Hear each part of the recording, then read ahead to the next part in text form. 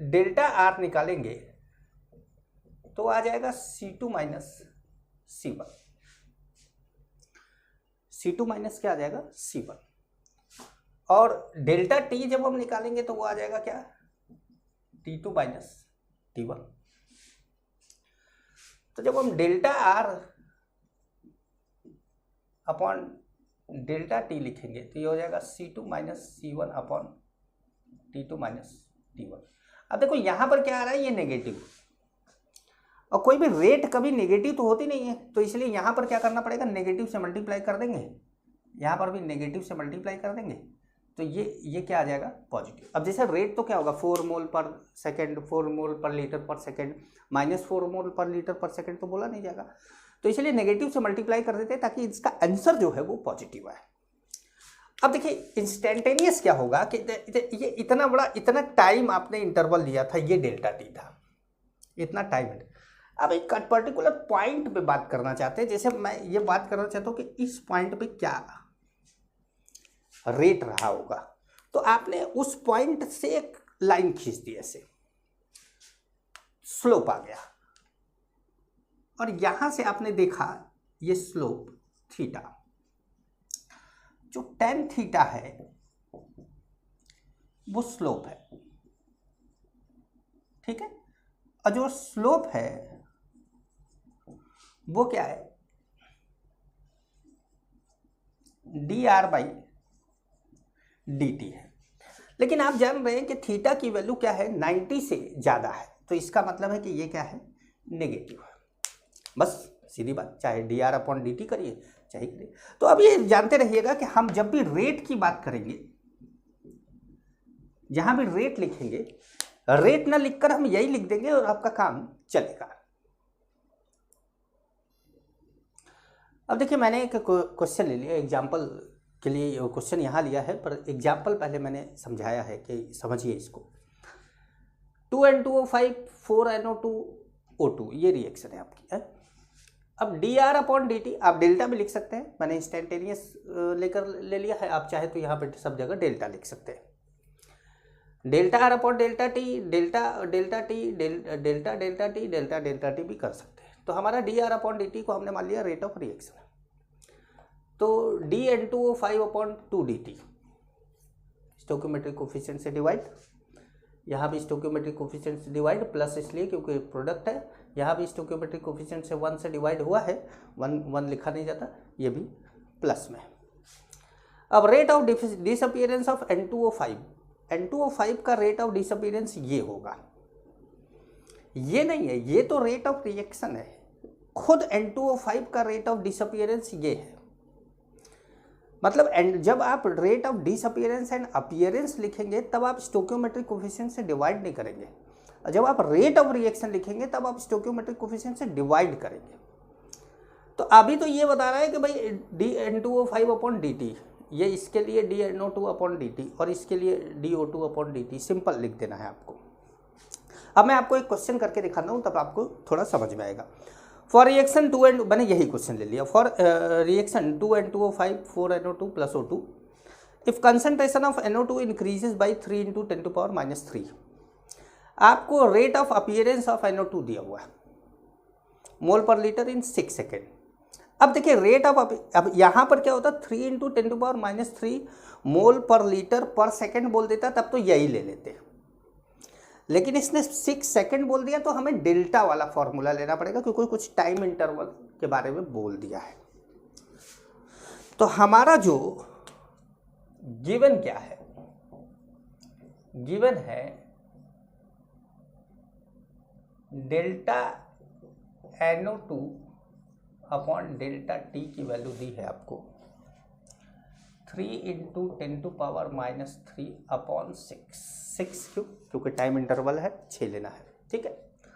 तो आपने इसको डिवाइड किया इसमें, तो ये आ गया 5 × 10⁻⁴, ये आ गया आपका, ये क्या आ गया मोल पर लीटर पर सेकेंड, मोल पर लीटर पर सेकेंड आ गया, इतना है। अब आपको रेट ऑफ रिएक्शन लिखना है। रेट ऑफ रिएक्शन, यही रिएक्शन है, आप ऐसे लिख सकते हैं DN2O5/2 dt। तो हम लिख देंगे delta N2O5/2 delta T। Sorry, हमको NO2 के टर्म वाला लिखना चाहिए, ये वाला, क्योंकि हमको जिसमें इंफॉर्मेशन दी है वही लिखे, ये वाला। तो डेल्टा NO2/4 डेल्टा T, ये लिख लिया। अब इतनी वैल्यू हमको पता है, 5 × 10⁻⁻4 है, तो हमने क्या करा, 5 × 10⁻⁻4 में 4 से डिवाइड कर दिया। ये 1.25 × 10⁻⁻4 मोल पर लीटर पर सेकेंड आपका आंसर आ गया। समझ पाए आप लोग? ठीक है, तो अगले क्वेश्चन को करते हैं। देखिए, factor affecting rate of chemical reaction, पहला फैक्टर है केमिकल कंसंट्रेशन ऑफ रिएक्टेंट, दूसरा है टेम्परेचर, जिस टेम्परेचर पे वो रिएक्शन हो रहा होगा। नेचर ऑफ रिएक्टेंट, भाई रिएक्टेंट कई ऐसे होते हैं जो आयनिक होते हैं, जो बहुत तेज़ी से रिएक्ट करते हैं, कुछ होते हैं जो जैसे रस्टिंग ऑफ आयरन है, बहुत स्लो रिएक्शन है। तो नेचर ऑफ रिएक्टेंट पर भी ये बात डिपेंड करती है कि रेट कैसा होगा। चौथा catalyst, catalyst rate of reaction को क्या करता है, चेंज कर देता है, पॉजिटिव कैटलिस्ट बढ़ा देता है, नेगेटिव कैटलिस्ट घटा देता है। एक्सपोजर ऑफ रेडिएशन, कई बार एक्सपोजर ऑफ रेडिएशन भी कैटलिस्ट का काम करता है। ठीक है, तो हम अब बात करते हैं, इसमें अलग अलग फैक्टर लेकर हम अभी बात नहीं करेंगे, अभी तो हम रेट ऑफ रिएक्शन की ही बात करते हैं। तो मोबाइल से ध्यान हटाओ और इधर देखा करो, रुको। अब देखिए, एक टर्म आता है लॉ ऑफ मास एक्शन और एक टर्म आता है रेट लॉ, दोनों में डिफरेंस है। जो दिख रहा है वही बोल देना लॉ ऑफ मास एक्शन है, और मतलब ये थ्योरेटिकली बोला जाता है और ये एक्सपेरिमेंटली बोला जाता है। अगर सारी चीज़ें एक्सपेरिमेंटली करके बोली जा रही हैं तो रेट लॉ या रेट लॉ एक्सप्रेशन है, और केवल के कॉपी पे लिखा हुआ देख के बोल देना लॉ ऑफ मास एक्शन है। तो मतलब मेन ये है, ये तो पढ़ा दिया जा रहा है बस। Rate of chemical reaction is directly proportional to the product of concentrations of each reacting species raised to the power stoichiometric coefficient। Meaning क्या है, ये दोनों है रिएक्टिंग स्पीसीज, इनकी कंसंट्रेशन को आपस में मल्टीप्लाई करो और इनका जो स्टोकियोमेट्रिक कोफिशिएंट है इनको इनकी कंसंट्रेशन के पावर में डाल दो ऐसे, और ये जो प्रोडक्ट आएगा पावर में डालने के बाद जो प्रोडक्ट आएगा वो रेट ऑफ रिएक्शन के डायरेक्टली प्रोपोर्शनल होगा। अब इस प्रोपोर्शनलिटी के मार्क को हटाने के लिए कांस्टेंट से मल्टीप्लाई करते हैं जिसे रेट कांस्टेंट कहते हैं, बट ये पूरा थियोरेटिकल कॉन्सेप्ट है। कैरेक्टरिस्टिक ऑफ रेट कांस्टेंट, इस रेट कांस्टेंट की कैरेक्टरिस्टिक क्या है वो इसमें भी आएगा इसमें भी आएगा, एक ही बार बता रहे हैं, ऐसा नहीं कि यहाँ का रेट कांस्टेंट अलग वहाँ का रेट कांस्टेंट। ये तो एक्सपेरिमेंटल वैल्यू होती है, वो दोनों ही केस में आपको दी ही जाती है। के क्या है, के डायरेक्टली प्रोपोर्शनल टू है रेट ऑफ रिएक्शन, मतलब के ज़्यादा तो रेट ज़्यादा, के कम तो रेट कम। के is only depends on temperature, जैसे के सी के पी था वैसे ये भी है, के is only depends on temperature. Unit of के is depends on order of reaction, अभी हमने इसकी बात नहीं करी है, पहले हम इसके बारे में जाने तब हम इस तीसरे पॉइंट के बारे में जानेंगे कि ऑर्डर ऑफ रिएक्शन क्या है। एक टर्म आता है मॉलिक्यूलरिटी, इसमें क्या होता है कि मॉलिक्यूल रिएक्शन में कोई भी रिएक्शन जब होती है तो मॉलिक्यूल्स आपस में टकराते हैं, तो जब मॉलिक्यूल आपस में टकराते हैं तो रिएक्शन, मॉलिक्यूल आपस में टकराते हैं तो उनकी अपनी एक्टिवेशन एनर्जी होती है और वो रिएक्शन की अपनी एक्टिवेशन एनर्जी होती है और मॉलिक्यूल की अपनी काइनेटिक एनर्जी होती है। तो जब मॉलिक्यूल की काइनेटिक एनर्जी उस एक्टिवेशन एनर्जी के बराबर होती है या उससे ज़्यादा होती है तो उस केस में बोला जाता है कि रिएक्शन हो गया या हो जाएगा। तो उस समय जितने मॉलिक्यूल टकराव में पार्टिसिपेट कर रहे होंगे वही मॉलिक्यूलरिटी होती है। The number of reacting species which must involve in head to head collision, collision theory में अभी आपको बताएंगे कि हेड टू हेड कोलिजन क्या होता है, in order to bring about the chemical reaction called molecularity. Chemical reaction करने के लिए जितने भी मॉलिक्यूल आपस में टकराएंगे उसको बोला जाएगा molecularity. It is only applicable for simple reaction, मतलब ये भी एक थ्योरेटिकल कॉन्सेप्ट है। सिंपल रिएक्शन के लिए तो एप्लीकेबल है, लेकिन एक से ज़्यादा स्टेप जिस रिएक्शन में होते हैं उस पर ये अप्लाई नहीं होता है। इट में भी 1, 2 और 3, ये 1, 2 या 3 हो सकता है, लेकिन 3 से ज़्यादा नहीं होता है। कभी भी आपने 2 गाड़ियों की टक्कर देखी होगी, एक गाड़ी जाके पेड़ से टकरा गया, ये भी आपने देखा होगा, लेकिन कभी आपने ऐसा देखा है कि 3 गाड़ियाँ टकरा गई हों? आप बोलेंगे हाँ सर हमने देखा है, तो गलत आप बोल रहे हैं। आपने 3 गाड़ियों को एक ही मोमेंट पे टकराते हुए नहीं देखा होगा। आपने ऐसा देखा होगा कि 2 टकरा गई, तीसरी आके बाद में टकरा गई, ये देखा होगा, लेकिन एक साथ तीनों को टकराते हुए नहीं देखा होगा। तो 3 भी रेयर है, 4 तो पॉसिबल ही नहीं है। समझ गए? अच्छा, तो इसमें 2NO प्लस O2 एक एग्जाम्पल लिया गया है। अब यहाँ पर 2 और यहाँ पर ये 1, तो सीधे हमने ट्राई मॉलिकुलर रिएक्शन लिख दिया। मॉलिकुलरिटी का ऑर्डर से कोई लेना देना नहीं है। ऑर्डर क्या होता है अलग चीज़ है, मॉलिकुलरिटी क्या है, मॉलिकुलरिटी रिएक्शन लिख के बोल दिया जाता है। मतलब ये भी एक थ्योरेटिकल कॉन्सेप्ट। रेट लॉ और रेट लॉ एक्सप्रेशन बोला इसके ही जैसा जाएगा, बिल्कुल इसी के जैसा, लेकिन एक शब्द इसके अंदर जुड़ जाएगा। वो क्या है, बस उस पर ध्यान देना है। Rate of reaction is directly proportional to product of concentration of reacting species raise to the power stoichiometric coefficient. यहां तक आप देखिए कि raise to the power stoichiometric coefficient, सारा चीज एकदम वही है। आगे क्या बोल देगा, which involve in slowest step of the reaction. एक नया टोटका डाल दिया इसके अंदर कि slowest step of the reaction में जो इन्वॉल्व हो रहा है, बात उसी की कर रहे हैं, सबकी बात नहीं कर रहे हैं। इसका मतलब है कि रिएक्शन में या तो एक ही स्टेप है वही स्लो है, और या फिर रिएक्शन में कई स्टेप है, तो ढूंढना है कि सबसे धीमे कौन सा चल रहा है। समझ गए मेरी बात? अब हम इसी की बात आपको समझाते हैं। ये नोट आप कर लें ताकि आपके सामने लिखा हुआ रहे, तो मैं इसको मिटा के जब आगे लिखना चालू करूं तो आपको समझ में आएगा। ठीक है, देखिए एक रिएक्शन ले लिया, 2N2O gives 2N2 plus O2। अब दोनों लॉ को लेकर बात करते हैं। जैसे law of mass action, law of mass action क्या कहता है कि भैया जो रिएक्शन दिया है वो रिएक्शन ले लो, उसका जो स्टोइकियोमेट्रिक कोफिशिएंट है उसको पावर में डालो, K से मल्टीप्लाई करो, रेट आ जाएगा। और रेट लॉ कहता है नहीं नहीं ऐसा नहीं है, पहले रिएक्शन में घुसो, एक्सपेरिमेंटली सारी चीजें देखो। तो जब रिएक्शन में घुसा गया और एक्सपेरिमेंटली देखा गया तो देखा गया कि ये रिएक्शन इतनी आसानी से नहीं हो रहा है। ये रिएक्शन 2 स्टेप में हो रहा है। पहले स्टेप में N2O N2 प्लस एक नेसेंट ऑक्सीजन में टूट रहा है।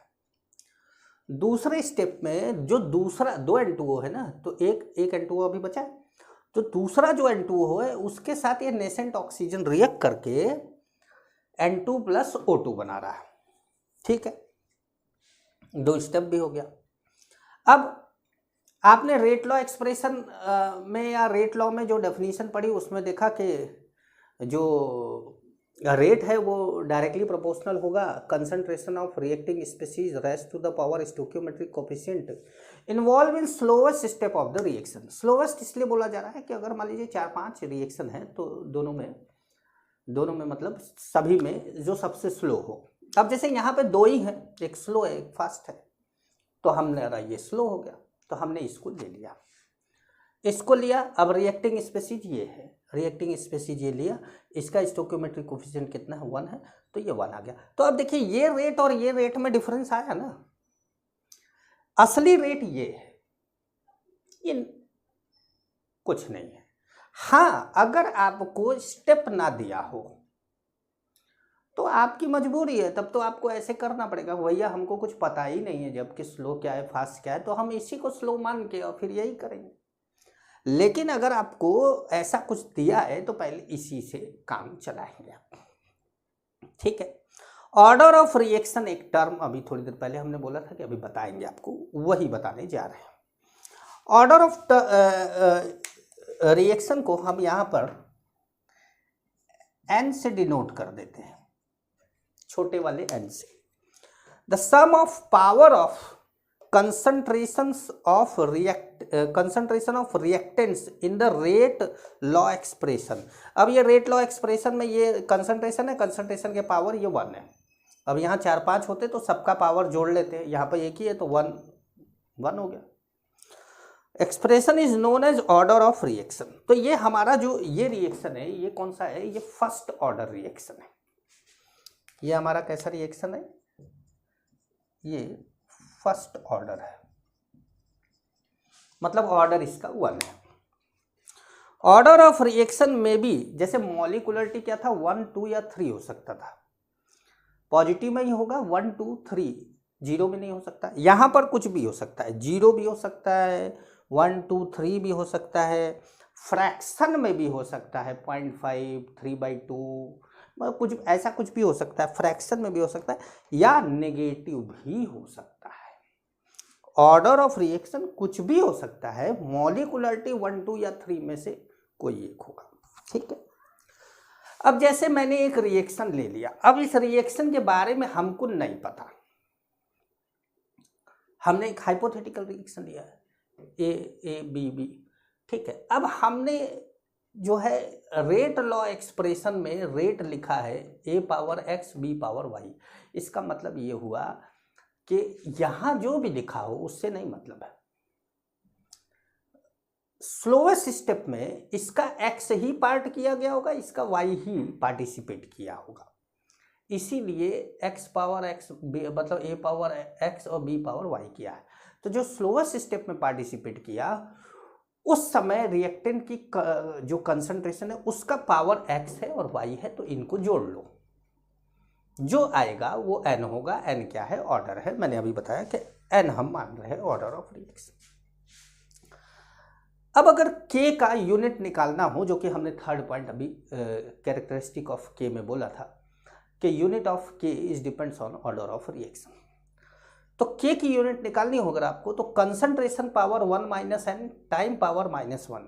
अब टाइम जैसे इलेक्ट्रोकेमिस्ट्री था तो टाइम हमेशा सेकंड में ही लिया जाता था, लेकिन यहाँ टाइम सेकंड में ही नहीं लिया जाएगा, यहाँ टाइम सेकंड में, मिनट में, आवर में, डे में, ईयर में, ऐसे मतलब बहुत ढेर सारे, मतलब लाइट ईयर में तो नहीं, हमको इतना तो जिंदा हम रहेंगे ही नहीं, तो मतलब लेने को आप टाइम का कोई भी यूनिट ले सकते हैं, इसलिए मैंने सेकंड नहीं लिखा है, टाइम पावर माइनस, जैसे मिनट है तो मिनट पावर -1, सेकंड है तो second power minus, concentration power 1 - n। अब कंसंट्रेशन 2 टर्म में देता है, या तो आपको कंसंट्रेशन की जगह पे प्रेशर दे देगा, पार्शियल प्रेशर, रिएक्टेंट का प्रोडक्ट का पार्शियल प्रेशर दे देगा, तो आपको यूनिट ऑफ प्रेशर लेना होगा, बार में, एटमॉस्फेयर में, किसी में भी, और या तो फिर मोल पर लीटर दे देगा। जैसे यहाँ आपने सुना होगा कि कंसंट्रेशन मतलब तो सर मोलरिटी था, नहीं, कंसंट्रेशन मतलब मोलरिटी ही है। हमारा ये कंसंट्रेशन पावर 1 - n की मीनिंग ये है कि यहाँ पर या तो हम इसको 2 तरीके से लिखें, एक में लिखे concentration power 1 - n time power -1, और करके फिर लिखे pressure power 1 - n time power -1, तो भी ठीक है। तो यहाँ प्रेशर भी हो सकता है, कंसंट्रेशन भी हो सकता है।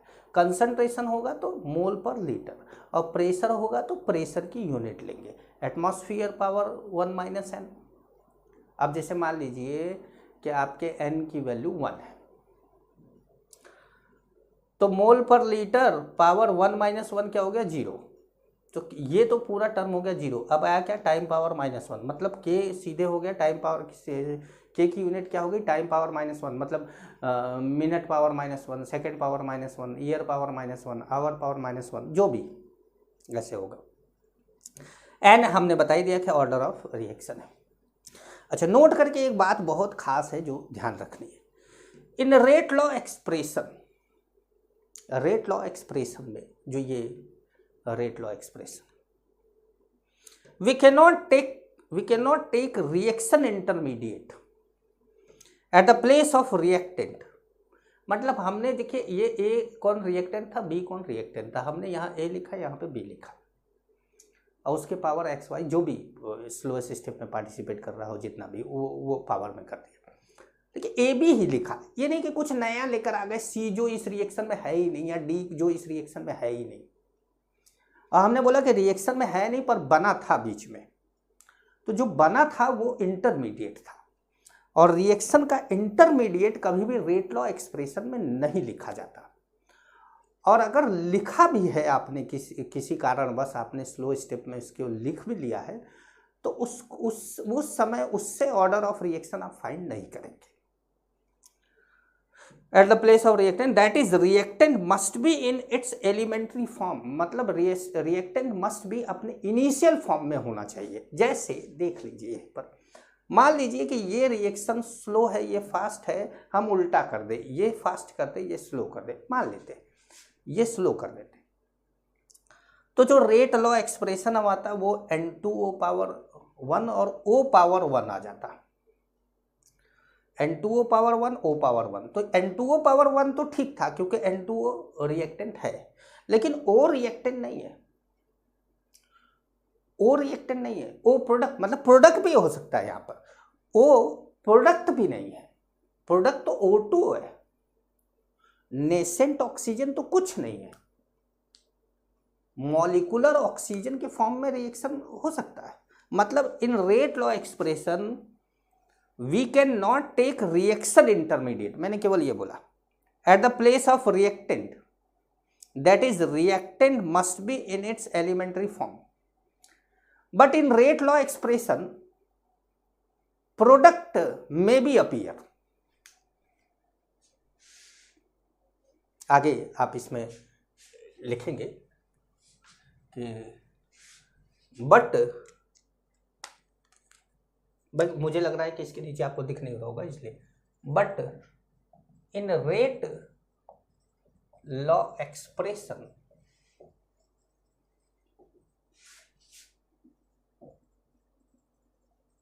Product may be written, product लिखा जा सकता है, रिएक्टेंट लिखा जा सकता है, लेकिन इंटरमीडिएट नहीं आ सकता। ये बात का आपको खास ध्यान रखना है, ठीक है। चलिए तो अब आगे बढ़ते हैं। अब देखिए एक क्वेश्चन ले लिया मैंने, इस क्वेश्चन में क्या करा है कि 2NO + 2H2 gives N2 + 2H2 एक रिएक्शन है। For above reaction the following rate data were obtained, ये एक्सपेरिमेंटल डेटा आपको दे दिया उसने। अब बोला कि find order of reaction and value of के। अब इस तरह के क्वेश्चन को कैसे किया जाए, तो सबसे पहले आपको क्या करना है, रेट को मान लेना है R1, थोड़ा सा मिटाते हैं यार, सॉल्यूशन स्टार्ट करते हैं यहाँ से। मुझे लग रहा है मेरा चेहरा भले ना दिखे, मेरा हाथ दिख रहा होगा आप लोग को। रेट मान लेते हैं कि क्या है, R1 है, R2 है, R3 है, ऐसे करके है। तो हमारा जो रेट है, रेट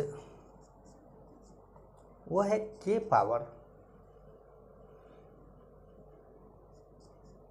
NO H2, ये Y मान लिया, ये X मान लिया। अब बोलेंगे YX क्यों माना, 2 और 2 क्यों नहीं मान ले? अरे भैया 2 और 2 मान लेंगे तब तो 2 और 2 जोड़ देंगे, ऑर्डर आ जाएगा। क्वेश्चन कहाँ खत्म हो गया क्वेश्चन? क्वेश्चन तो अभी निकालना है कि X और Y है क्या। तो X और Y के लिए हमने जो है ऐसे मान लिया कि ये X है, ये Y है, और ये इसके पावर X होगा, इसके पावर Y होगा, क्योंकि ये एक्सपेरिमेंटल नहीं है, ये तो ऐसे रिएक्शन दिया हुआ है। एक्सपेरिमेंटल तो अब हम निकालेंगे कि X और Y क्या है, यही तो मजा है, यही तो क्वेश्चन करना है आपको। तो आपने एक्सपेरिमेंट 1 लिया, उसके लिए रेट ले लिया R1। R1 की वैल्यू कितनी, 3.2 into 10⁻³ is equal to K। अच्छा, K जो है केवल टेम्परेचर पर डिपेंड करता है, तो ये चाहे कुछ भी कर लो, K कोई बदलने वाला तो है नहीं, कंसंट्रेशन चाहे जो बढ़ा लो घटा लो, K फिक्स रहेगा। तो हर जगह K1 K2 K3 नहीं लिखना, हर जगह K लिखना है। तो NO कितना है, 0.2 पावर X, और H2 कितना है, 0.2 पावर हो गया Y। ठीक, दूसरा एक्सपेरिमेंट 2, R2 ले लिया। R2 कितना है? 12.8 into 10⁻³ is equal to K। NO कितना है? 0.4 पावर X और H2 कितना है? 0.2 पावर Y। ठीक है, अब एक काम करते हैं, दोनों को X और Y को डिवाइड कर देते हैं।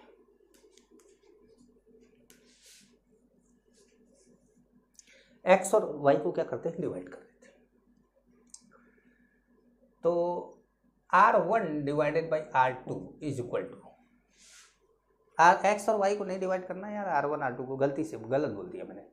R1 R2 को डिवाइड, मन में कुछ और चलता है, जुबान पे कुछ और आ जाता है। अब ऐसी चीज़ों को आप लोग क्या कहते हैं? मतलब मुझे क्या हो गया है, मतलब इस सिचुएशन में आप लोग क्या कहते हैं? फिल्मी डायलॉग में तो आप कुछ और कह देंगे, लेकिन मुझे क्या हो गया है? आइए देखते हैं मुझे क्या हुआ है। क्या करूँ? हाँ, तो R1 अपॉन R2, R1 हमारा ये है 3.2 into 10⁻³ upon 12.8 into 10⁻³ is equal to K point कितना है? 2 पावर X 0.2 पावर Y और यहाँ नीचे K 0.4 power X 0.2 power Y। अब देखिए क्या क्या कैंसिल होना है।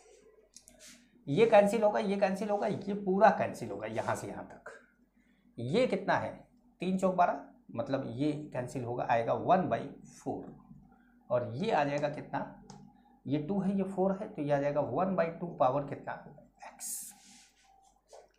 आया कुछ? तो 1/2 का कितना पावर कर दे तो 1/4 आ जाए? तो X की वैल्यू आ गई आपकी 2। आया कुछ समझ में? X की वैल्यू आई कितनी? 2। अब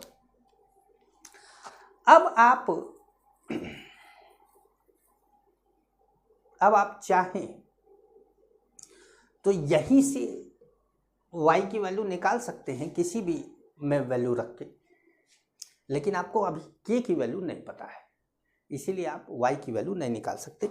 आइए कोई और एक्सपेरिमेंट देखते हैं। जैसे इसमें क्या कट गया था? Y कट गया था, मतलब H2 का सेम था तो Y कट गया था, तो हमारा X आ गया। अब कुछ X वाला सेम देखते हैं तो Y बचेगा, है ना? तो एक्सपेरिमेंट 3 क्या है हमारा? R3 6.4 into 10⁻³ is equal to K। इसको इधर रखो वरना पैर के नीचे आ गया तो यही खत्म हो जाएगा।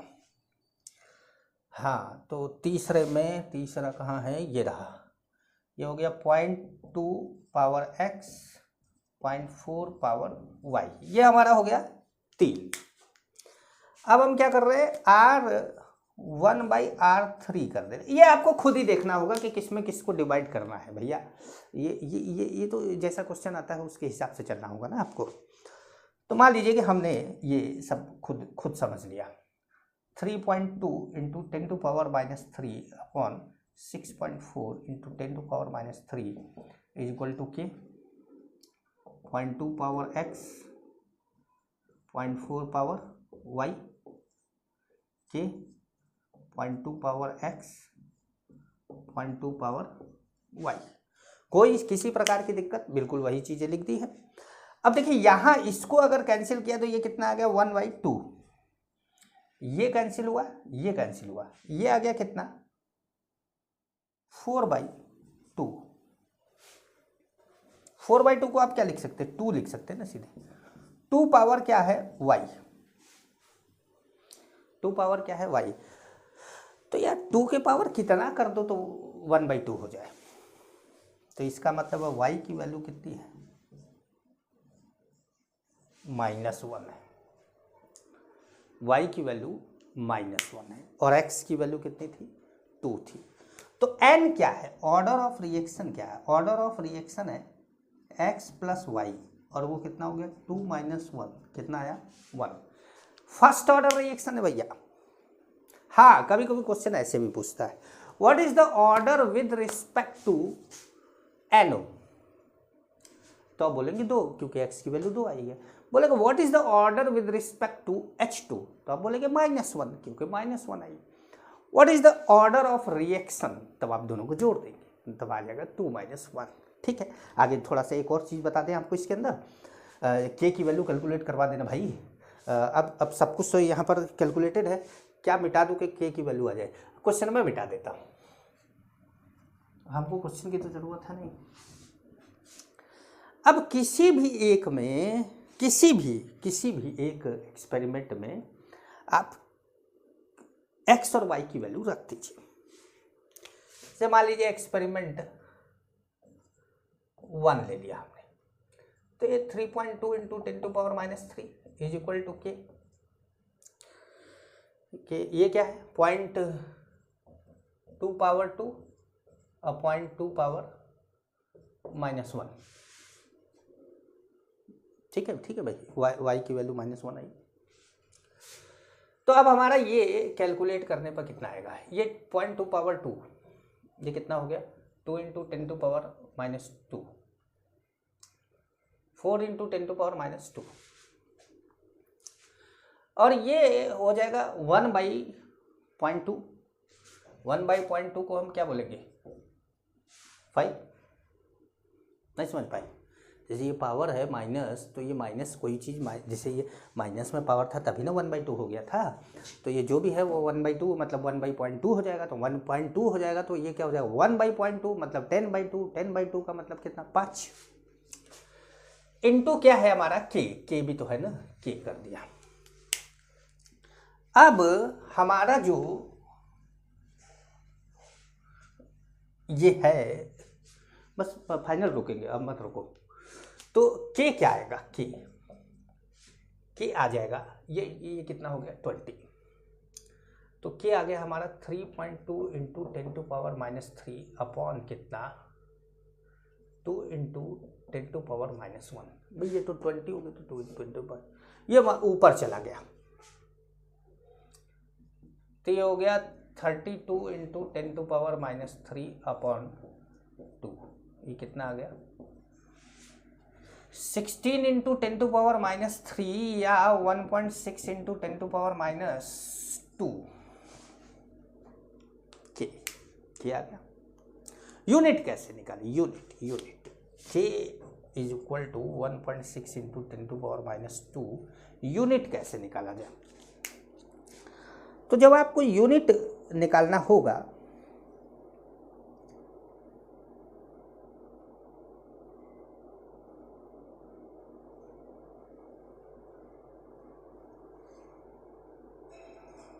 तो क्वेश्चन ही मिटा दिया,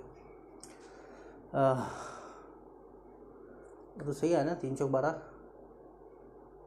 1/2 पावर x की वैल्यू 2 आ गई, ये 1/2 आ रहा है, यहाँ पर ये आ रहा है, ओह यहाँ गड़बड़ हो गया, यहाँ पे एक गड़बड़ हो गया, R3 की वैल्यू में ये रख दिया, ये तो 0.2 है और ये 0.4 है, गड़बड़ हो गया,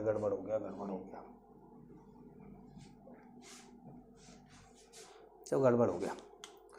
चलिए कोई बात नहीं, यहाँ 1/2 आ रहा है, यहाँ भी 1/2 आ रहा है, तो 1/2 इज इक्वल टू 1/2 पावर कितना हो गया y, तो y की वैल्यू कितनी आ गई 1। अब आपसे पूछा जाए, अब गलत हो गया तो आप तो दोबारा बोलना पड़ेगा ना, कि NO के रिस्पेक्ट में क्या है 2 है ऑर्डर, और H2 के रिस्पेक्ट में ऑर्डर क्या है 1, -1 नहीं बोलेंगे 1 बोलेंगे, यह कैलकुलेशन मिस्टेक हो गया था। वही मैं सोचूं कि मेरा जो मतलब ये है, जब मैंने क्वेश्चन देखा तो एक बार समझने की कोशिश करी कि क्या गड़बड़ हो गया है हमसे, तो हमको समझ में आ गया, मामले की गहराई समझ में आ गई भाई, ये 1 हो गया, ये 1 हो गया। तो हमारा जो ये वैल्यू है ये सब बिठा देते हैं, सब गलत हो ही गया है। तो यहाँ y की वैल्यू 1, तो n इज इक्वल टू क्या हो गया 2 + 1 कितना आ गया 3। हमारा ऑर्डर कितना आ गया 3 आ गया। तो अब हमको ये कैलकुलेट करना है। तो अब हमारा ये 2 पावर 2 और ये तो ये हो गया 8 × 10⁻³ इंटू कितना k। तो अब हमारा जो k आया वो 3.2 × 10⁻³ अपॉन 8 × 10⁻³ -3 से -3 कैंसिल हुआ, 8 × 4 = 32, 0.4 आ गया। ठीक है, 0.4। अब k इज इक्वल टू हो गया 0.4 मोल पर लीटर पावर 1 - 3। और सब कुछ हमारा सेकंड पर सेकंड दे रहा था, यूनिट याद है आपको के की। तो सेकंड पावर -1 टाइम पावर -1। तो अब ये मोल पर लीटर, तो अब आप इसको क्या लिख सकते हैं 0.4 लीटर मोल सेकंड पावर -1। ये आपका यूनिट आएगा, समझ गए। तो यहाँ आप वो मिस्टेक हो, अच्छा हुआ यही पता चल गया, वरना क्या होता है ना कि कई बार हमको जो है अगले वीडियो में पता चलता है, तो फिर बच्चा जो है ये जो एक ही वीडियो देखा रहता है वो बार बार मैसेज करता है कि सर गड़बड़ हो गया है, गड़बड़ हो गया है, ये समझ में नहीं आ रहा। बच्चा ये कहता है, बड़ा ईमानदार बच्चा होता है, बड़ा सज्जन, वो कभी ये नहीं कहता है कि सर आपने ये गलत पढ़ा दिया है। ये मैंने देखा बच्चों में एक जो रिस्पेक्ट की भावना है सामने वाले के मन में, सामने वाले के लिए, वो बहुत कूट के भरा हुआ है। बच्चा कभी ये नहीं कहता कि सर आपने ये गलत पढ़ा दिया। बच्चा ये कहता है कि सर मुझे ये समझ में नहीं आया। तो अच्छा, जब वो बोलता है कि समझ में नहीं आया और मान लीजिए कि हमने कोई गलती कर दी, तो मैं उसको देखता हूँ। जब मैं देखता हूँ तो मुझे लगता है ओह ये तो मैंने ही गलत पढ़ा दिया। तो फिर मैं उसको बोलता हूँ कि हाँ बेटा यहाँ गलती हो गई है और मैं अगली वीडियो में इसको सुधार दूँगा। तो क्या होता है कि हम लोग जो है जो ऐसे चला रहे होते हैं ना, जब हम लोग क्लास में पढ़ा रहे होते हैं, तो क्या होता है कि क्लास में पढ़ाते समय कोई ना कोई बच्चा क्लास में ही, जब 50 बच्चे, 100 बच्चे, 200 बच्चे, जैसे वाराणसी का तो कल्चर है कि भैया 500 बच्चा भी पढ़ता है वहाँ पर, तो होता क्या है कि क्लास में ही बच्चा ये बात बोल देता, सर वो देखिए वो R1 R3 वाला वैल्यू लिख दिया आपने। तो वहाँ पर उसी समय करेक्शन हो जाता है। लेकिन यहाँ क्या होता है कि अगर कुछ हो गया तो भैया हम ही स्टूडेंट हैं, हम ही टीचर हैं, समझाते रहो चलते रहो। चल अगले क्वेश्चन को लेकर आपसे फिर मिलेंगे, तब तक के लिए इस वीडियो को आप देखिए। नमस्कार। पहले मैंने आपको 2 क्वेश्चन दिया है, पहले इनकी बात कर लेते हैं। देखिए, the rate of reaction reduce to half with increase in concentration of reactant by 2 time, then find order of reaction. अब देखिए यहाँ पर कोई रिएक्शन नहीं दिया है, तो आपको रिएक्टेंट हमेशा 1 मानना है, मतलब एक रिएक्टेंट, 2 या 2 से ज़्यादा रिएक्टेंट नहीं मानना है, आपको एक रिएक्टेंट मानना। तो आपने मान लिया कि भाई आपका कोई ए है जो प्रोडक्ट बना रहा है,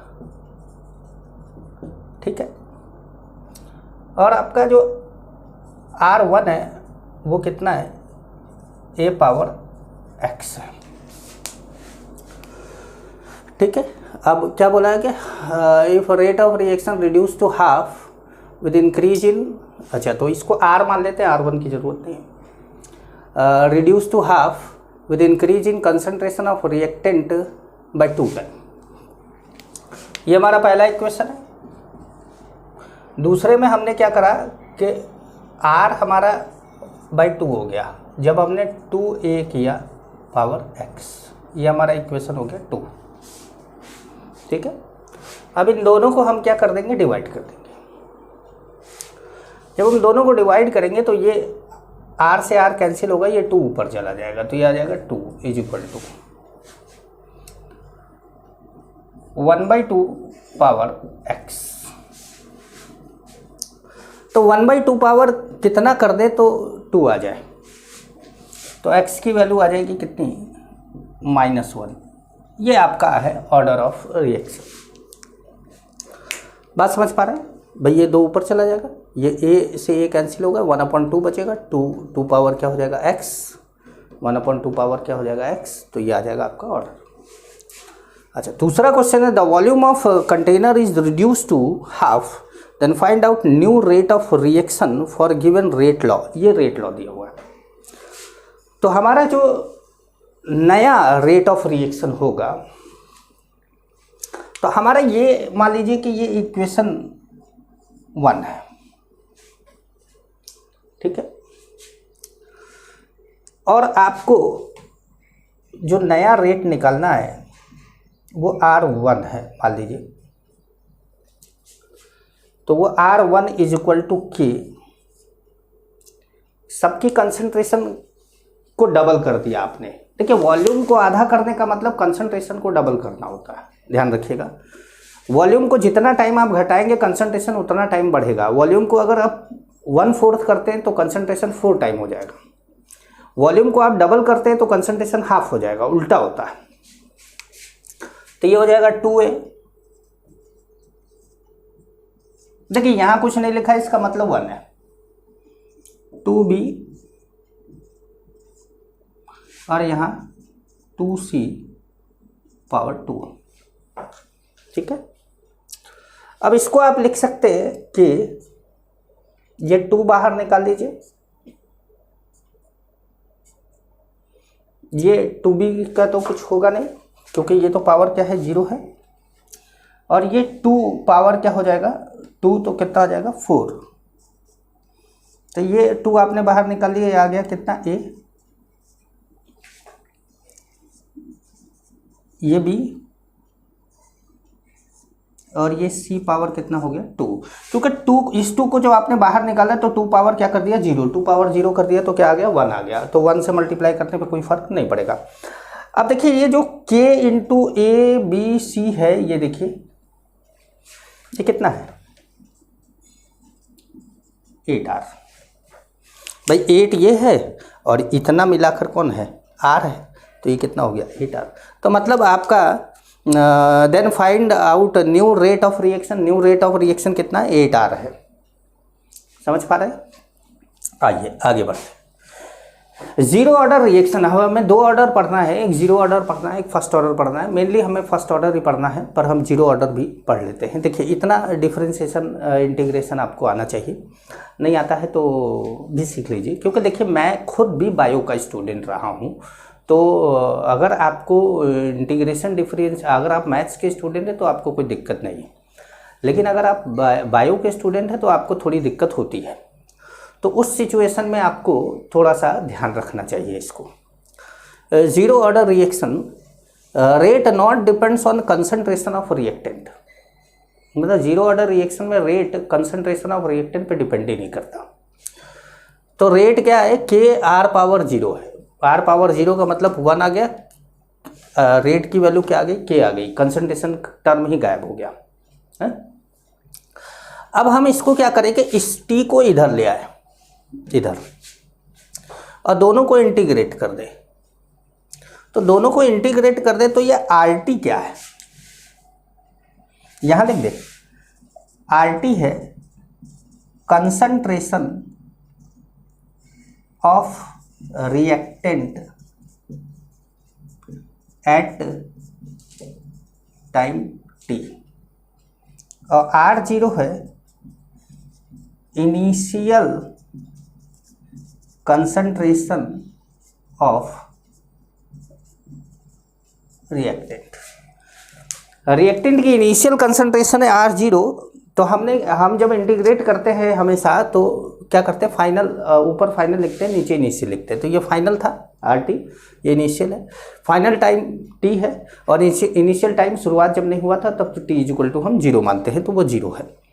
ठीक है, तो अब यहाँ इंटीग्रेशन में क्या करते हैं कि एक बार ये वैल्यू ये रखते हैं, और एक फिर माइनस, फिर ये रखते हैं। तो हमने एक बार RT रखा, माइनस R0 रखा। हाँ, ये माइनस पहले से था तो उसको हमने लगा दिया। यहाँ पे क्या करा, एक बार dt की वैल्यू t रखी, माइनस dt की वैल्यू 0 रखी, तो t माइनस 0 क्या हो जाएगा t आएगा। तो इसलिए हमने डायरेक्ट t कर दिया। अब इस माइनस को अंदर मल्टीप्लाई करते हैं, तो ये क्या हो जाएगा प्लस और ये क्या हो जाएगा माइनस, तो ये हमारा एक इक्वेशन आ जाएगा। ठीक है, या आप ऐसे भी कर सकते हैं, इसको आर टी को इधर ले जाए तो क्या हो जाएगा R0 माइनस के टी, ये आ जाएगा। अब R T is equal to R0 minus K T. तो अब आपको ग्राफ ड्रॉ करना है, तो आपने ग्राफ ड्रॉ किया तो R0 के टी। अब आपने यहाँ पर देखा कि ये y, ये c और ये क्या है mx है, y is equal to C minus M X, straight line graph with negative slope, लेकिन इंटरसेप्ट पॉजिटिव, ये पॉजिटिव है, ये R0 है, ये धीरे धीरे ये जो R0 है ये धीरे धीरे R की कंसंट्रेशन क्या हो रही है, घट रही है, तो टाइम क्या हो रहा है, बढ़ रहा है। देखिए जैसे R की कंसंट्रेशन जैसे जैसे घटती जा रही है, जैसे जैसे R की कंसंट्रेशन घटती जा रही है, टाइम क्या होता जा रहा है, देखिए बढ़ता जा रहा है। तो ये जो ग्राफ है स्ट्रेट लाइन, इसका अपना स्लोप होगा, जो स्लोप होगा वो स्लोप को टेन थीटा बोलते हैं। टेन थीटा की वैल्यू रेट कांस्टेंट के बराबर होगी। तो आप ये ध्यान रखिएगा कि कभी कभी थीटा दे देता है, थीटा की वैल्यू दे देता है, तो टेन थीटा की वैल्यू आपको याद रखनी चाहिए कि 1030 कितना होता है, 1045 कितना होता है। ये सब अगर आपको वैल्यू याद है तो कई बार आपको रेट डायरेक्ट पूछ लेता है, रेट कांस्टेंट, और कुछ क्वेश्चन आपको ग्राफ से रिलेटेड बोल देता है। तो ये उसको आप ध्यान में रखेंगे। अब इसमें एक टर्म आता है हाफ लाइफ। अब देखिए बात करते हैं हाफ लाइफ की। हाफ लाइफ की ही बात करना चाह रहे थे पर पूरा बोर्ड भर दिया ताकि एक बार में बता सके आपको। आप लाइन से देखेंगे, आप पूरे बोर्ड की तरफ ध्यान नहीं देने लगेगी, इधर से देखेंगे। हाफ लाइफ क्या होता है, जैसे मान लीजिए कि आपने कोई रिएक्शन कराने के लिए कोई सब्सटेंस लिया 1 किलोग्राम, कुछ समय बाद रिएक्शन करके वो रिएक्टेंट अब आधा किलोग्राम बचा है, तो वो समय नोट कर लो कि कितने समय बाद ये 1 किलो से आधा किलो हो गया, वो टाइम हाफ लाइफ है। जैसे किसी का मोलर कंसंट्रेशन 5 मोल है, 5 मोल पर लीटर है, और 5 मिनट बाद वो 2.5 मोल पर लीटर हो जाता है, तो 5 मिनट उसका हाफ लाइफ हो जाएगा। हाफ लाइफ अलग अलग का अलग अलग होता है, इसलिए हाफ लाइफ कोई कांस्टेंट नहीं है, सब रिएक्टेंट का अलग अलग होता है, सब रिएक्शन का अलग अलग होता है। The time interval in which reactant reduced और disintegrate to half of its initial concentration और मास, जितना भी उसका इनिशियल कंसंट्रेशन था या मास था उसका आधा हो गया, तो उसको बोला जाएगा, मतलब आधा बच जाए या आधा रिएक्ट कर जाए, एक ही बात है।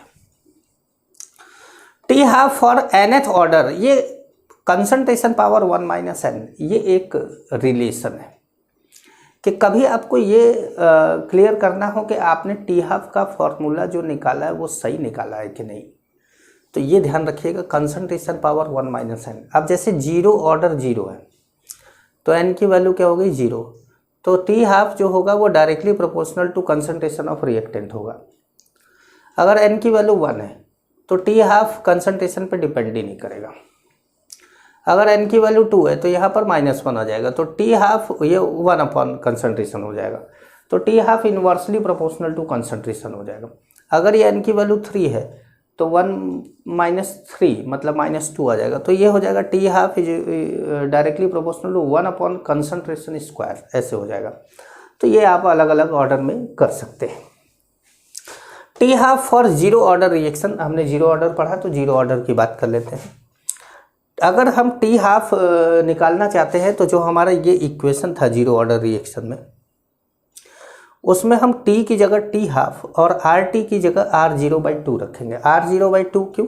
क्योंकि RT अब क्या है, इन फाइनल कंसंट्रेशन, और फाइनल कंसंट्रेशन क्या है, आधा बचा हुआ, इनिशियल का आधा बचा हुआ, तो इसलिए R0/2 कर देंगे। तो ये R0 minus RT is equal to KT में R0 RT की जगह पे R0/2 is equal to K, T की जगह पे T हाफ, इसमें से इसको माइनस करेंगे, R0/2 आएगा is equal to K T half.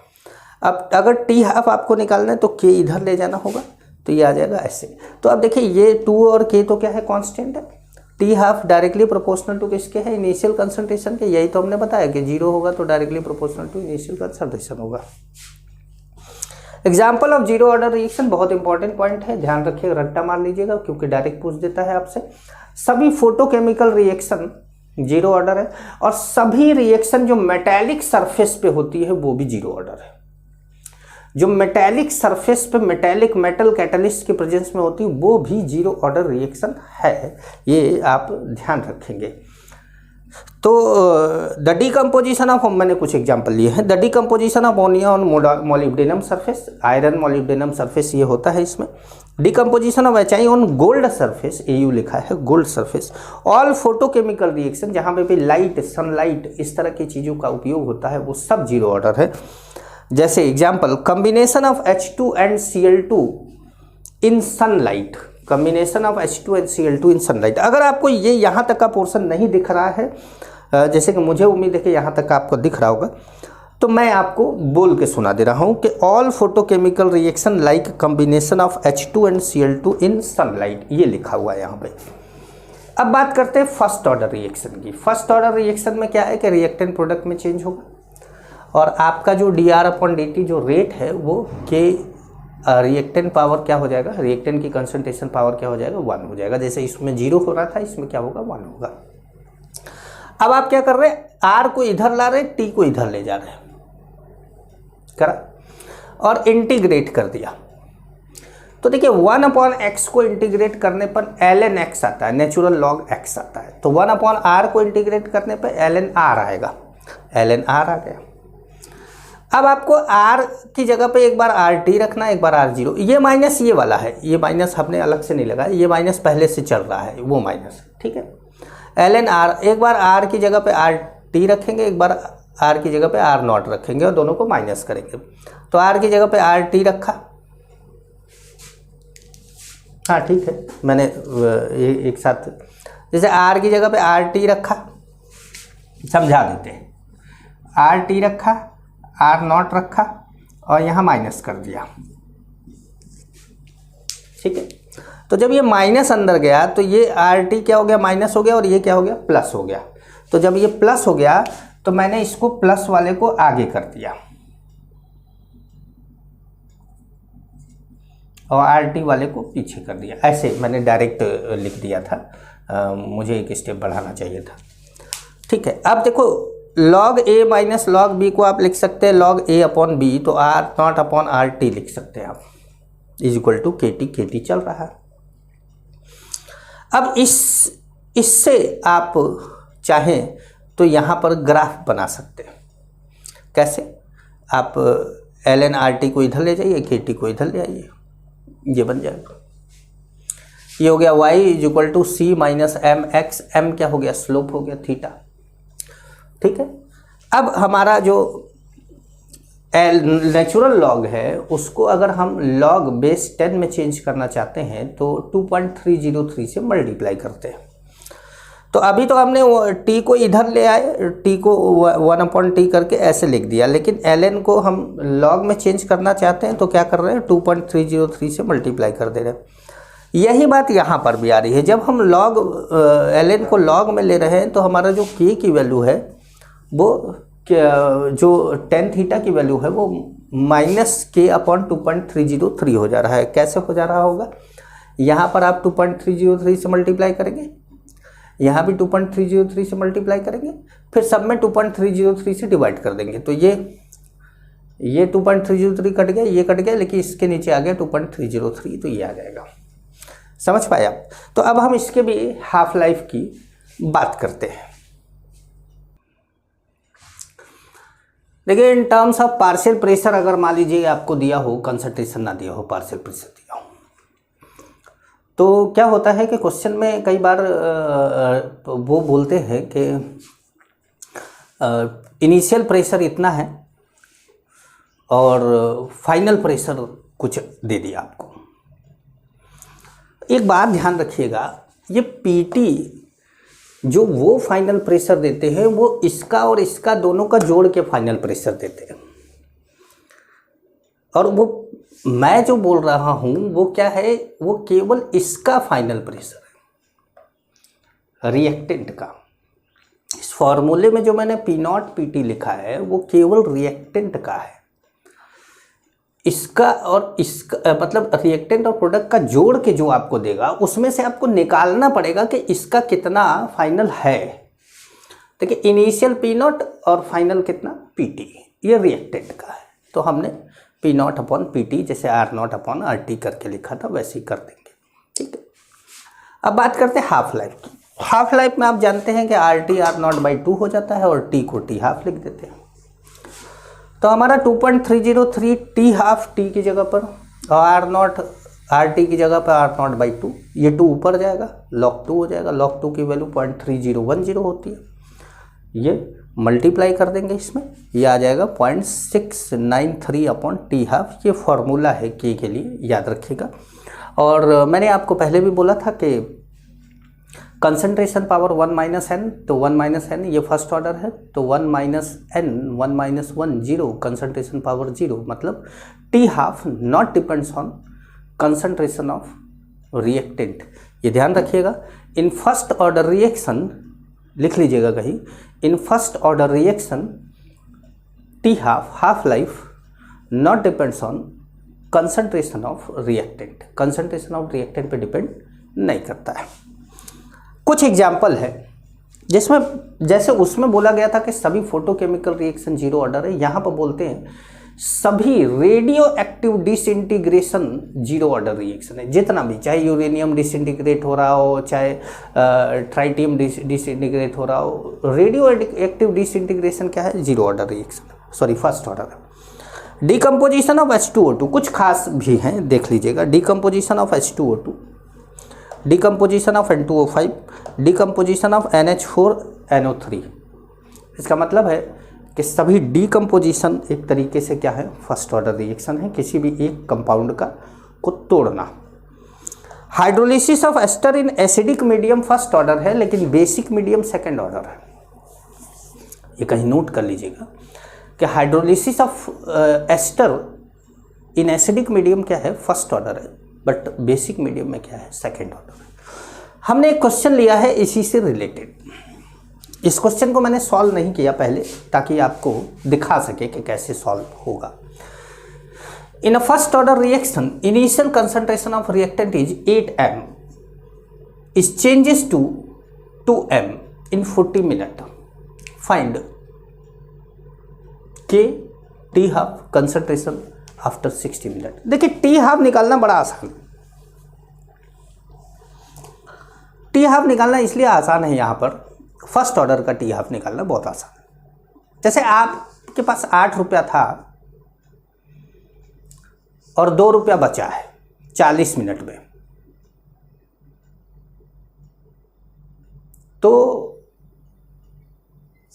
ऐसे हुआ। ये आपका 8 रुपया था, इसमें से पहला 4 रुपया गया पहले टी हाफ में, फिर दूसरा 4 रुपया गया दूसरे टी हाफ में, सॉरी पहला 4 रुपया गया पहले टी हाफ में, बचा कितना? 4। अब उस 4 का आधा 2 गया दूसरे टी हाफ में। तो अब आप देखिए कि बचा कितना है आपके पास? 2 रुपया, और टाइम आपका कितना लगा है? 40 मिनट। इसका मतलब ये दोनों टाइम 2 टी हाफ मिलाकर 40 मिनट है, तो एक टी हाफ कितना है? 20 मिनट है। आपका क्वेश्चन ऐसे ही सॉल्व हो जाएगा। और अगर टी हाफ आ गया तो 0.693 अपॉन टी हाफ करके के निकालोगे, के की वैल्यू भी आ जाएगी। लेकिन आपको ये शॉर्टकट है, पर मैं आपको लंबे तरीके से बताता हूँ, क्योंकि भाई जो मेन तरीका है वो समझिए। कई बार क्या होता है, शॉर्टकट नहीं समझते हैं, मेरी खोपड़ी खाने लगते हैं कि शॉर्टकट समझाओ शॉर्टकट समझाओ। तो शॉर्टकट लॉन्ग कट वाले कोर्स के लिए रहने देते हैं, अभी आपको पूरा समझा देते हैं। के की वैल्यू आपको निकालनी है, तो K is equal to 2.303 upon T कितना है? 40 लॉग इनिशियल कंसंट्रेशन है 8 आर नॉट और फाइनल कंसंट्रेशन है 2, तो ये हो गया कितना? 4। तो ये आ गया 2.303 अपॉन 2 log 2 अपॉन 40। आप लिख सकते हैं 2.303 इंटू log 2 अपॉन 20। आप लिख सकते हैं 0.693 अपॉन 20 इज इक्वल टू के। आप ये भी जानते हैं कि 0.693 इज इक्वल टू क्या है, मतलब upon T half is equal to भी के होता है। तो यहाँ 20 है, तो आपका के भी आ गया, इसको डिवाइड करिए के आएगा, और यही देखिए टी हाफ आपका आ गया कितना, 20 मिनट। मैंने यही बोला था आपको कि 2 टी हाफ मिलकर आपको 2 तक पहुंचा दे रहे हैं। तो 40 मिनट में 2 टी हाफ है, तो 1 टी हाफ कितना होगा, 20 मिनट होगा। तो मैंने आपको दोनों चीज़ें बताई, पहला ये भी बताया और दूसरा ये भी बताया। अब लेकिन अभी तीसरा बाकी है, तीसरे की बात करते हैं। इसको मिटा दें,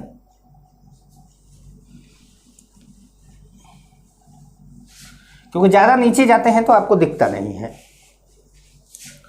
ज़्यादा नीचे जाते हैं तो आपको दिखता नहीं है। 0.693 अपॉन 20 ये था आपका के इज इक्वल टू 2.303। अच्छा, आप इसको चाहें तो ऐसे भी लिख सकते हैं,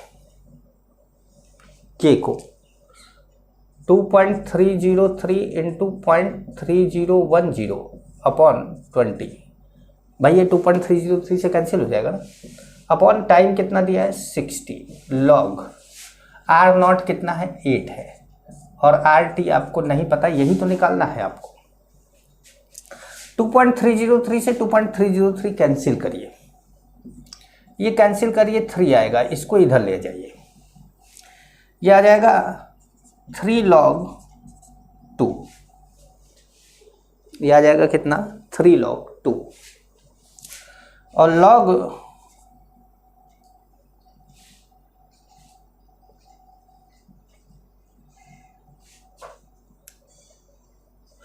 ठीक है। अब 3 log 2 को आप क्या लिख सकते हैं, 2 पावर 3, और 2 पावर 3 इज इक्वल टू कितना है, log 8 अपॉन आर टी। इसका मतलब ये है क्या, 8 is equal to 8 upon R T, और आपकी आर टी की वैल्यू आ गई क्या 1m। ये सॉल्व हो गया। तरीका है सॉल्व करने का, जैसे जब भी आपको लॉग वाले कॉन्सेप्ट में जाना हो तो आप इसको ऐसे खोल दीजिए, इसको कटेगा बड़ा फटाफट और आपका आंसर आएगा। अदरवाइज आप 0.693 इसको डिवाइड करेंगे, कैंसिल करेंगे, मेरे तो नहीं लगता है कि आप 1 मिनट में क्वेश्चन कर पाएंगे। अब जैसे हमारा ये 3 प्रॉब्लम था और हमने इसको 3 मिनट से कम में किया, समझाने के लिए मुझे थोड़ा ज़्यादा टाइम लगा होगा, लेकिन अगर यही चीज़ मुझे करनी होती तो मैं 1 से सवा मिनट में ये तीनों क्वेश्चन कर देता। आपको यही काम करना है, 1 से सवा मिनट में, 1.5 मिनट में आपको ये तीनों क्वेश्चन मतलब फास्ट क्वेश्चन करना है। केमिकल काइनेटिक्स और ये फिजिकल वाले जो चैप्टर अगर आप फास्ट करना जान गए, ऑर्गेनिक आपका फास्ट हो ही जाता है क्योंकि वो थ्योरेटिकल होता है, आएगा तो आएगा वरना नहीं आएगा, बस सीधी बात। और इनऑर्गेनिक भी हो जाता है। तो टाइम मैनेजमेंट आपका यही सीखना चालू होता है। और जब आप टाइम मैनेजमेंट सीख जाते हैं बच्चों, तो समझ लीजिए आपका सिलेक्शन 50% हो जाता है। अब आपको ज़रूरत होती है ज़्यादा से ज़्यादा पढ़कर। अब ऐसा ना, टाइम मैनेजमेंट तो सर हमारा मस्त था, हमको कुछ आता ही नहीं था। अरे तो भैया जब नहीं आता था तो टाइम मैनेजमेंट मस्त रहेगा ही। तब तो तुम्हें नहीं आता था तो केमिस्ट्री भी 0 मिनट में हुआ, फिजिक्स भी 0 मिनट में हुआ, और जो है तुम्हारा जो तीसरा सब्जेक्ट है वो भी 0 मिनट में हुआ। पर टाइम मैनेजमेंट मस्त चल रहा है तुम्हारा, लेकिन आना भी चाहिए ना। 50% मैं ये कह रहा हूँ कि नहीं कि टाइम मैनेजमेंट आ गया तो 50% हो गया तो अब तुम्हारा आधा नंबर आ जाएगा, नहीं। चलिए आगे बात करते हैं। देखिए एक क्वेश्चन दिया है आपको, डिकम्पोजिशन ऑफ ओजोन, ओजोन का डिकम्पोजिशन हो रहा है, इन्वॉल्व फॉलोइंग स्टेप, 2 स्टेप में इन्वॉल्व हो रहा है। Find order of reaction. अब इस तरह का क्वेश्चन है जिसमें आपको क्या है कि स्लो रिएक्शन दिया हुआ है, देखिए ध्यान से, स्लो रिएक्शन ये दिया हुआ है, और इस स्लो रिएक्शन में ये क्या है, रिएक्शन इंटरमीडिएट है भाई, ये यहाँ तो है नहीं, यहाँ जो चीज़ होगी वही इन्वॉल्व हो सकती है, मतलब रेट लॉ में वही लिखा जा सकता है। लेकिन अब स्लो स्टेप में ये O3 तो है पर ये O है, O2 तो है नहीं कि हम इसको लिख दें। तो हमको इस तरह के क्वेश्चन कैसे करने हैं, बड़े ध्यान से देखिएगा इसको। ऐसा क्वेश्चन वैसे तो आपको ये क्वेश्चन अक्सर किसी भी बुक में मिल जाएगा, पर मैं इसको सॉल्व करके समझा देता हूँ कि कैसे करा जाएगा।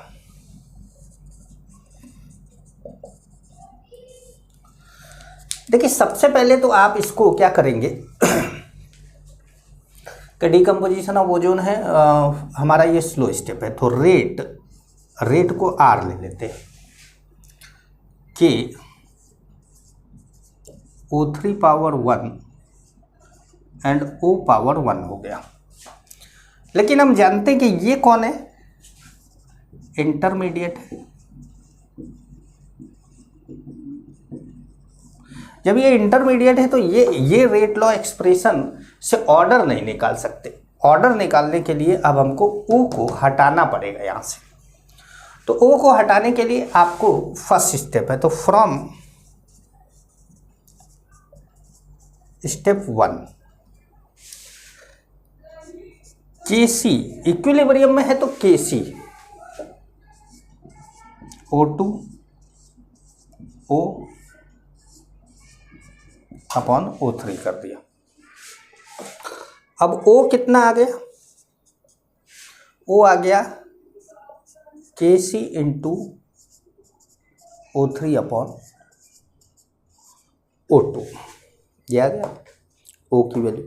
अब ये O की वैल्यू यहाँ रख दीजिए, तो R इज इक्वल टू आपका आ गया क्या, K into Kc into O3। भाई ये O3 मिलके O3 पावर 2 हो गया, और ये O2 पावर क्या हो गया, -1। ये आपका रेट लॉ एक्सप्रेशन है। अब देखिए ये कांस्टेंट दोनों को मिला के कांस्टेंट ही आएगा, तो कोई फर्क नहीं पड़ने वाला है। यहाँ पर कंसंट्रेशन के पावर जो होगा वही ऑर्डर होगा। तो अब यहाँ पर क्वेश्चन क्या पूछता है, फाइंड ऑर्डर ऑफ रिएक्शन। जैसे मैंने केवल फाइंड ऑर्डर ऑफ रिएक्शन बोल दिया तो 2 - 1 करके 1 बता देंगे कि ऑर्डर ऑफ रिएक्शन 1 है। लेकिन अगर बोलता है कि find order of reaction with respect to O3 तो बोलेंगे 2। अगर आपको बोलता है find order of reaction with respect to O2 तो बोलेंगे -1। और जब दोनों को जब केवल ऑर्डर ऑफ रिएक्शन क्वेश्चन में दिया है, कुछ और बातें कोई किसी के रिस्पेक्ट में बात नहीं करिए, तो 2 में से 1 घटा के क्या निकाल देंगे, 1। तो मैंने यहाँ पर ऑर्डर ऑफ रिएक्शन पूछा है तो 2 में से 1 घटा देंगे। लेकिन अगर आपको O3 के रिस्पेक्ट में पूछे तो आप 2 बताएंगे, O2 के रिस्पेक्ट में पूछे तो -1 बताएंगे। ध्यान रखिएगा, जब भी ऐसी कंडीशन होगी, इंटरमीडिएट देगा, आपको ढूंढना है कि कहीं रिवर्सेबल रिएक्शन तो नहीं है, और वो रिवर्सेबल रिएक्शन से आप इंटरमीडिएट को एलिमिनेट कर सकते हैं। इफेक्ट ऑफ टेम्परेचर, कहा जाता है कि हर 10 डिग्री टेम्परेचर बढ़ने पर रेट ऑफ रिएक्शन 2 से 3 टाइम बढ़ जाता है, हर 10 डिग्री टेम्परेचर बढ़ाने पर। तो उसी से रिलेटेड एक टर्म आता है टेम्परेचर कोफिशिएंट, जिसको हम अल्फा से डिनोट करते हैं। It is defined as ratio of rate of reaction at 2 different temperature differ by 10 Celsius. अब ये जो 10 डिग्री टेम्परेचर इंक्रीज करने पे 2 या 3 आ रहा है, तो अगर 2 आ रहा है तो अल्फा की वैल्यू 2 है, 3 आ रहा है तो अल्फा की वैल्यू 3। तो अब हमने क्या किया कि एक रेट ले लिया, कुछ टेम्परेचर T प्लस 10 सेल्सियस। जैसे मैंने बोला आपको, नॉर्मली ये टेम्परेचर 25 से 35 बढ़ाने पर निकाला जाता है, लेकिन क्वेश्चन कुछ भी पूछ सकता है। तो जैसे मान लीजिए कि आपका ये 25 सेल्सियस था T, तो 25 प्लस 10 कितना हो गया, 35, और T कितना हो गया, 25। तो rate at 35 Celsius upon rate at 25 Celsius is equal to alpha, और अल्फा की वैल्यू आपको क्वेश्चन में दी रहती है। अल्फा की वैल्यू आपको क्वेश्चन में दी रहती है। मान लीजिए कि कभी अल्फा की वैल्यू नहीं दी है, तो आप 2 मानिए,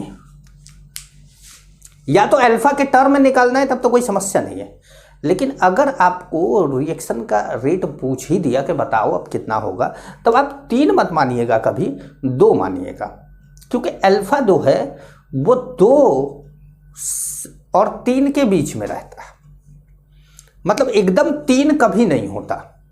तो इसलिए 3 न मान के आप क्या मान लेंगे 2। अब भाई बीच वाले को आप क्या मान लेंगे 2.1 2.2, ऐसा तो कुछ मान के सॉल्व नहीं कर सकते, तो आप 2 मान के सॉल्व करेंगे। समझ गए? एक क्वेश्चन देकर बताएं इस पे। चलिए एक क्वेश्चन देते हैं। देखिए एक क्वेश्चन दिया है, if rate of a reaction at 25 Celsius is 5 mole per litre per second and value of alpha is 2, then find rate of reaction at 35 Celsius and 45 Celsius. तो सबसे पहले आप 35 सेल्सियस का निकालेंगे।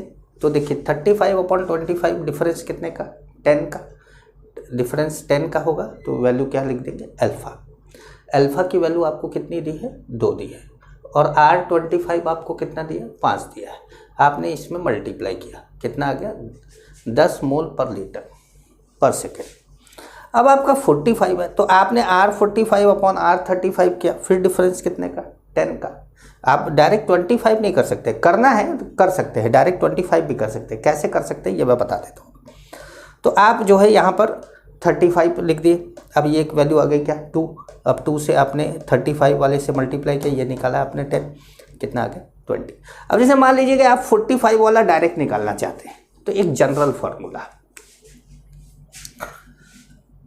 R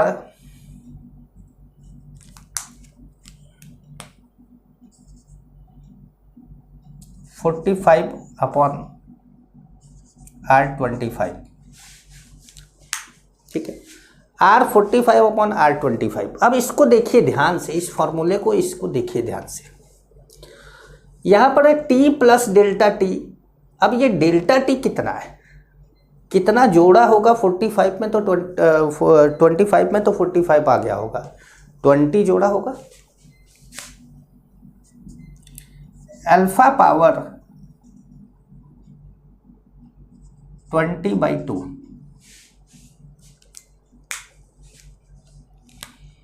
तो R45 इज इक्वल अपॉन 5 is equal to alpha power 20/10 है, तो ये आ गया 2, और ये कितना आ गया 2 पावर 2 कितना 4।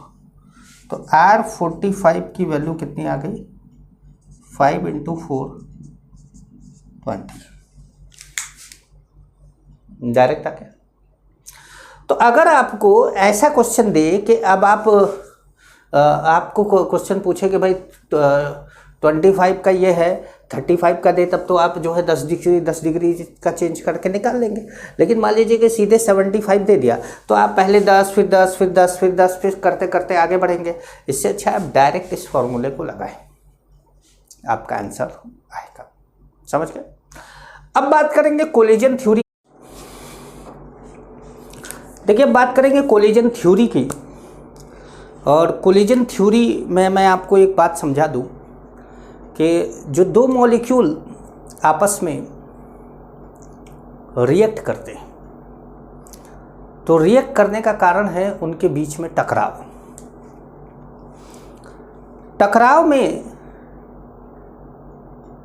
रिएक्शन होगा ही कि नहीं होगा, ये इस बात पर डिपेंड करता है कि उनके बीच में परफेक्ट कोलिजन हुई है या नहीं हुई। परफेक्ट कोलिजन होने देने से रोकने के लिए 2 बैरियर होते हैं, 2 ब्रेकर होते हैं, 2 बैरियर होते हैं। जो पहला बैरियर होता है वो होता है एनर्जी। किसी भी रिएक्शन की एक्टिवेशन एनर्जी, जैसे यहाँ से यहाँ तक ये एक्टिवेशन एनर्जी क्या होता है, the minimum amount of energy required to complete a reaction for a reactant. एक रिएक्टेंट को जितने अमाउंट ऑफ एनर्जी की ज़रूरत है एक रिएक्शन को कंप्लीट करने के लिए, मिनिमम अमाउंट ऑफ एनर्जी, उसको बोलते हैं एक्टिवेशन एनर्जी। तो अगर रिएक्टेंट की energy kinetic energy activation energy से ज़्यादा है या एक्टिवेशन एनर्जी के बराबर है तो भी चलेगा, रिएक्शन हो जाएगा, और ज़्यादा है तो और आसानी से हो जाएगा। तो अगर एक्टिवेशन एनर्जी से ज़्यादा या बराबर है रिएक्टेंट की काइनेटिक एनर्जी, तो उसने पहला बैरियर पार कर लिया, पहला बैरियर पार कर लिया। दूसरा बैरियर है ओरिएंटेशन का। जैसे मान लीजिए ये दोनों रिएक्टेंट है और इन दोनों को आपस में रिएक्ट करना है, तो इन दोनों को अगर ऐसे टकराने से ये रिएक्ट होते हैं, तो ये ऐसे टकराने से नहीं होंगे, ऐसे टकराने से नहीं होंगे, ऐसे टकराने से नहीं होंगे, ऐसे टकराने से नहीं होंगे, मतलब इनके बीच में प्रॉपर ओरिएंटेशन हो कोलिजन की। इसको हेड टू हेड कोलिजन भी बोला जाता है।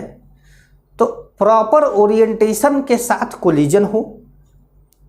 दूसरा, रिएक्टेंट की काइनेटिक एनर्जी रिएक्शन की एक्टिवेशन एनर्जी से ज़्यादा या उसके बराबर हो, तो दोनों बैरियर पार करके रिएक्शन होगा। तो अब देखिए, हमने एक रिएक्शन कराया है, रिएक्टेंट है, प्रोडक्ट है। रिएक्टेंट प्रोडक्ट की जब रिएक्शन कराई है, तो अब देखिए रिएक्शन एक्सोथर्मिक भी हो सकता है, एंडोथर्मिक भी हो सकता है। अगर रिएक्टेंट ऊपर की तरफ है, पोटेंशियल एनर्जी में ऊपर की तरफ है, प्रोडक्ट नीचे की तरफ है, इसका मतलब रिएक्टेंट की एनर्जी ज़्यादा है, प्रोडक्ट की एनर्जी कम है। इसका मतलब है प्रोडक्ट जब बना होगा तो कुछ एनर्जी रिलीज हुई होगी। तो ऐसे केस में ये एक्सोथर्मिक रिएक्शन हो जाता है। अगर यही नीचे आ जाता और ये ऊपर चला जाता तो ये एंडोथर्मिक रिएक्शन हो जाता। ठीक है, ये इसको समझिए, एंडोथर्मिक एक्सोथर्मिक। अब रिएक्शन अगर ऐसे जा रहा है तो यहाँ से यहाँ पहुँचने के लिए ये ट्रांजिशन स्टेट है। आपने ऑर्गेनिक में पढ़ा कि वो स्टेट, वो जगह जहाँ पर कि रिएक्शन अब प्रोडक्ट बनाने के लिए तैयार रहता है, वो ट्रांजिशन स्टेट। अब ट्रांजिशन स्टेट तक पहुँचाने के लिए उसको एनर्जी चाहिए, उसको बोला जाएगा एक्टिवेशन एनर्जी। तो आपने एक्टिवेशन एनर्जी दी, यहाँ पहुँच गया। अब मान लीजिए कि रिएक्शन रिवर्सेबल है, पीछे भी जा सकता है, तो अब उस केस में ये रिएक्टेंट हो जाएगा। अगर ऐसे जाएगा तो ये रिएक्टेंट हो जाएगा, तो ट्रांजिशन स्टेट पे पहुंचाने के लिए ये एनर्जी की जरूरत पड़ेगी। तो ये बैकवर्ड रिएक्शन की एक्टिवेशन एनर्जी है, ये फॉरवर्ड रिएक्शन की एक्टिवेशन एनर्जी है।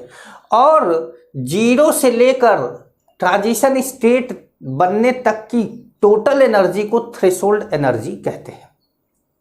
ठीक है, अब अगर आपको ये निकालना हो कि रिएक्शन एक्सोथर्मिक है या एंडोथर्मिक है, तो आप EA1 में से EA2 को माइनस कर दीजिए। मतलब forward activation energy of forward reaction में से activation energy of backward reaction minus कर दीजिए। अगर नेगेटिव में आता है तो वो एक्सोथर्मिक है, और अगर पॉजिटिव में आता है तो वो एंडोथर्मिक है। दूसरा, ये नेगेटिव पॉजिटिव जो जिसमें भी आए, इसका जो मैग्नीट्यूड है वही इंथैल्पी ऑफ रिएक्शन है। मतलब इन रिएक्शन में कितनी एनर्जी रिलीज होगी या कितनी रिक्वायर्ड होगी वो ये बताएगा। नेगेटिव है तो इतनी एनर्जी रिलीज होगी, और पॉजिटिव है तो उतनी एनर्जी रिक्वायर्ड होगी। अब आते हैं थोड़े से कोलिजन के ऊपर। Rate of any chemical reaction is equal to collision frequency into fraction of total number of effective collision. Fraction of total number of effective collision. तो पहले बात करें कोलिजन फ्रीक्वेंसी की। कोलिजन फ्रीक्वेंसी वहाँ है तो अच्छा है, तो इफेक्टिव कोलिजन की बात कर ले। Kinetic energy of colliding molecule are equal और more than activation energy of reaction. ये मैंने अभी थोड़ी देर पहले एनर्जी बैरियर के बारे में बताया आपको। कोलिजन फ्रीक्वेंसी क्या है? Number of collision per unit volume per unit time. कितना कोलिजन हो रहा है per unit volume per unit time, वो कोलिजन फ्रीक्वेंसी है। इफेक्टिव कोलिजन की बात नहीं कर रहे हैं। टकरा रहे हैं, रिएक्शन हो रहा है कि नहीं हो रहा है इससे नहीं मतलब है, कितनी टक्कर हो रही है ये कोलिजन फ्रीक्वेंसी है। और कोलिजन में जैसे कि 100 कोलिजन हुआ तो कोलिजन फ्रीक्वेंसी 100 हो गया, लेकिन उस 100 कोलिजन में 10 ही कोलिजन ऐसे थे जिनकी activation energy kinetic energy activation energy से ज़्यादा या बराबर थी, और जिनका परफेक्ट ओरिएंटेशन था। 10 ही थे। तो जो 10 थे वो ये है, number of molecule whose kinetic energy equal और मोर देन एक्टिवेशन एनर्जी, और एन क्या है, total number of molecule involve in collision, total number of molecule involve. अब इसमें अगर इससे डिवाइड कर दिया जाए तो fraction of total number of molecule आ जाएगा, फ्रैक्शन आ जाएगा, फ्रैक्शन, इसमें इससे डिवाइड कर दिया जाए ये। अब ये जो है एक कांस्टेंट है, गिवन टेम्परेचर पे फिक्स रहता है, और इस कांस्टेंट को हमने मान लिया क्या है, के है, तो इसी की जगह पे के रख दिया, k is equal to E A upon R T. E तो हमारा एक्सपोनेंट है, ई क्या है, एक्टिवेशन एनर्जी है, आर आप जानते हैं कांस्टेंट है, टी क्या है, टेम्परेचर है केल्विन में। लॉग ले लेते हैं इनका, तो इसका लॉग लेंगे तो ये ln लॉग, इसका लेंगे तो ये आगे आ जाएगा, क्योंकि ये बेस ई है तो ये आगे आ जाएगा, ई गायब हो जाएगा। अब अगर इसको बेस 10 बनाना है तो 2.303 से यहाँ मल्टीप्लाई करना पड़ेगा, जो कि 2.303 नीचे आ जाएगा, यहाँ आ जाएगा, ठीक है। अब दो डिफरेंट अलग अलग टेम्परेचर, दो डिफरेंट टेम्परेचर पे बात करते हैं। देखिए भाई, अभी हम लोगों ने लिखा था log k is equal to E A minus E A upon 2.303 R 1/t।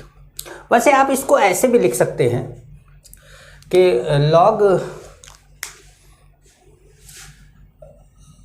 इसको जो आप करेक्ट जो इक्वेशन है वो मैं लिख देता हूँ, log k is equal to log a, ऐसे करके लिख सकते हैं, क्योंकि जो वैल्यू होती है k की वो होती है k is equal to A upon R T, लेकिन हमने अपनी सुविधा के लिए इसको हटा दिया था, क्योंकि a जो है वो कोलिजन फ्रीक्वेंसी है। ये क्या है, कोलिजन फ्रीक्वेंसी है, जो एक पर्टिकुलर रिएक्शन के लिए कांस्टेंट रहता है। तो हम रिएक्शन बदल नहीं रहे थे, तो इसलिए हमें ए की ज़रूरत नहीं पड़ती। जब हम रिएक्शन बदलते हैं, एक रिएक्शन के लिए ये है, दूसरे रिएक्शन के लिए वो है, तब ए की वैल्यू बदल जाती है। लेकिन अगर एक पर्टिकुलर रिएक्शन की बात कर रहे हैं आप केवल, और उसी रिएक्शन में आप टेम्परेचर बढ़ा रहे घटा रहे हैं, तो ए हमेशा कांस्टेंट रहता है, और ए की वैल्यू हमेशा क्या होती है, कट जाती है। जब कट जाती है तो देखिए यहाँ पर कहीं ए की वैल्यू नहीं आई है। तो अब बात करें अगर कि if K1 and K2 are two different rate constant at temperature, दो बार टेम्परेचर लिख दिया, temperature T1 and T2, then तो हमारा ये रिलेशन आएगा। एक बार इसमें क्या करेंगे, इसको K1 करेंगे तो यहाँ T1 करेंगे, इसको K2 करेंगे तो यहाँ T2 करेंगे। फिर K2 में से log K2 minus log K1 क्या आ जाएगा, log K2 अपॉन K1। जब आप इसको सॉल्व करेंगे तो आएगा E A upon 2.303 R 1/T1 minus 1/T2, ठीक है। तो इसको हाँ चलो अब यहाँ पर बात करते हैं K2 upon K1। K2 upon K1 क्या है, number of time rate of reaction increases और डिक्रीजेज। अब आपका क्या पता कि आपने रिएक्शन में टेम्परेचर बढ़ाया है कि घटाया है। अगर बढ़ाया है भाई, T2 आपका ज़्यादा है कि कम है नहीं ना पता, तो आप डायरेक्ट इंक्रीज नहीं बोल सकते, इंक्रीज या तो डिक्रीज। कितना टाइम इंक्रीज हुआ डिक्रीज हुआ ये बताया जा सकता है। जैसे आप टेम्परेचर कोफिशिएंट वाले टॉपिक में, अल्फा वाले में आप 2 टाइम 3 टाइम वो पर्टिकुलर था, यहाँ पर 2.1 टाइम 2.4 टाइम ये कुछ भी आप बता सकते हैं। यहाँ पर कैटलिस्ट क्या है, इट डज नॉट चेंज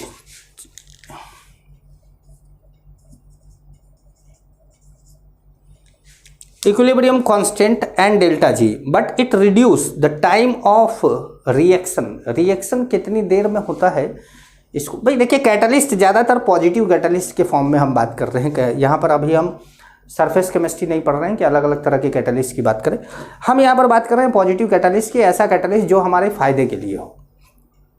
तो वो क्या कर रहा है, टाइम रिड्यूस कर रहा है, रिएक्शन जल्दी करा रहा है। रिएक्शन कोई कैटलिस्ट जल्दी कैसे कराता है, जैसे आपको मान लीजिए कि कहीं जाना है और आप चाहते हैं कि जल्दी चले जाए, तो जल्दी चले जाए तो 2 रास्ते हैं, या तो आप तेज भागे या तो आप शॉर्टकट ले लें। कैटलिस्ट शॉर्टकट लेता है। It lower the activation energy, that is it drive the reaction via low energy path. किसी छोटे एनर्जी वाले पाथ से रिएक्शन को लेके जाता है। समझ गए आप? तो अब जैसे जैसे आप लोगों ने फिल्मों में देखा होगा या कि भाई ये अपने पास दो रास्ते हैं, एक ये पहाड़ चढ़ के जाता है, दूसरा नदी से जाता है, तो हीरो हमेशा वो थ्रिलर वाला रास्ता लेता है कि हम नदी से जाएंगे क्योंकि ये आग का दरिया है और डूब के जाना है ना। तो वही तो पोटेंशियल एनर्जी और रिएक्शन का एक ग्राफ बनाया मैंने। इसमें मैंने आर हमारा कौन है, रिएक्टेंट है, पी कौन है, प्रोडक्ट है। एक नॉर्मल रिएक्शन लिया जिसमें यहाँ पर ट्रांजिशन स्टेट बनेगा और जो एनर्जी की ज़रूरत होगी ट्रांजिशन स्टेट में उसको एक्टिवेशन एनर्जी बोलेंगे। दूसरे में हमने एक्टिवेशन एनर्जी कम ले ली और इसको बोला ये कैट मतलब बिल्ली नहीं है, कैटलिस्ट है। तो ये क्या है, ये है विदाउट कैटलिस्ट और ये कौन है, ये है इन प्रेजेंस ऑफ कैटलिस्ट, ये इन प्रेजेंस ऑफ कैटलिस्ट है और ये विदाउट कैटलिस्ट है। अब ये माइनस ये कैट, अगर आप ये वैल्यू निकालना चाहे कि कितना एक्टिवेशन एनर्जी घटाया, तो lowering of activation energy by catalyst ने कितना एक्टिवेशन एनर्जी घटा दिया ये निकाल सकते हैं। ठीक है, अब आप जानते हैं कि के कैट मतलब के इज इक्वल टू क्या होता है, ये लिखा है, ये लिखा है। तो अब आपको अब मान लीजिए पर्टिकुलर रिएक्शन है तो ए तो कैंसिल हो जाना है फिर, तो K cat upon K is equal to A into E power E M ये आर टी, ये बजे के कैट लिया है तो ये कैट ले लिया, के नॉर्मल लिया है तो ये ले लिया। ठीक है, ए से ए क्या हो गया, कैंसिल हो गया। अब ये ऊपर गया तो ये पॉजिटिव हो गया, ये पॉजिटिव हो गया तो ई A minus E A cat upon R T हो गया। समझ गए? अब अगर ये वैल्यू पॉजिटिव है तो इसका मतलब ये वैल्यू 1 से जाता है। Since E A minus E A cat is positive so K cat is higher than के, 1 से ज़्यादा होगा। द रेशियो ऑफ के कैट अपॉन के कैट अपॉन के 1 से ज़्यादा है, लेकिन कितना, 1.2 है, 1.3 है, 1.5 है, कितना है, जितना भी है। Give the number of time rate of reaction increases at constant temperature. जितना, जैसे मान लीजिए 1.5 आया तो इसका मतलब कैटलिस्ट आने से 1.5 टाइम रेट बढ़ गया। अगर मान लीजिए आ गया 1000 तो इसका मतलब कैटलिस्ट आने से 1000 टाइम रिएक्शन बढ़ गई। अगर आ गया ये 100 तो 100 टाइम रिएक्शन बढ़ गई, जो भी है तो रिएक्शन क्या होगी उसमें बढ़ जाएगी। तो मैं आपको एक और रिलेशन बताता हूं जिसमें हम क्या करेंगे, एक में कैटलिस्ट लेंगे अब दूसरे में मतलब एक ही रिएक्शन दो अलग अलग कंटेनर में कराएंगे, एक में कैटलिस्ट डालेंगे और एक में टेम्परेचर बढ़ाएंगे और हम दोनों ही रिएक्शन की रेट को बराबर कर देंगे। एक में कैटलिस्ट की मदद से बराबर करेंगे और दूसरे में टेम्परेचर की मदद से। समझ गए? करते हैं इसको। अब देखिए हमने क्या करा कि if rate of reaction in presence of catalyst at temperature T1 temperature पे कैटलिस्ट है is equal to rate of reaction in absence of catalyst at temperature T2। अब T2 टेम्परेचर पे कैटलिस्ट नहीं है और T1 टेम्परेचर पे catalyst है और दोनों की रेट सेम है। दोनों की रेट सेम है तो दोनों का K सेम है। K सेम है तो हमारे पास जो फॉर्मूला है वो K इज इक्वल टू क्या है, K इज इक्वल टू है A into E A upon R T, ये फॉर्मूला है और दोनों का के क्या हो गया, सेम हो गया। रिएक्शन सेम है, ए बी से क्या हो गया, सेम हो गया, इसलिए हमने ए दोनों से तरफ से कैंसिल कर दिया, ये हमारा आ गया। अब हम जानते हैं कि ये जो है ये वाला टर्म और ये वाला टर्म क्या है, आपस में सेम है। इसका मतलब है कि E A cat upon R T 1 is equal to E A upon R T 2 है। E A cat upon T1 is equal to E A upon T2। कभी मान लीजिए कि आपको ऐसा क्वेश्चन पूछ दे, ऐसे क्वेश्चन पूछता तो नहीं है लेकिन मान लीजिए कि कभी आपको ऐसा क्वेश्चन पूछ दे कि कैटलिस्ट की प्रेजेंस में 25 डिग्री सेंटीग्रेड पर ये एक्टिवेशन एनर्जी है, तो कैटलिस्ट की एब्सेंस में उसी रेट को पाने के लिए 30 डिग्री टेम्परेचर पर एक्टिवेशन एनर्जी क्या होगी, बस आप कैलकुलेट कर लेंगे। समझ में? चलिए, तो ये आपका चैप्टर कंप्लीट हुआ। अब आप अगले चैप्टर में मुझसे मिलेंगे। अभी कोई वादा नहीं करते हैं कि कौन सा चैप्टर, अभी तो मैंने सोचा ही नहीं कि कौन सा चैप्टर पढ़ाएंगे, तो आपको मिलेगा तो अपने आप पता चल जाएगा। ठीक है, नमस्कार।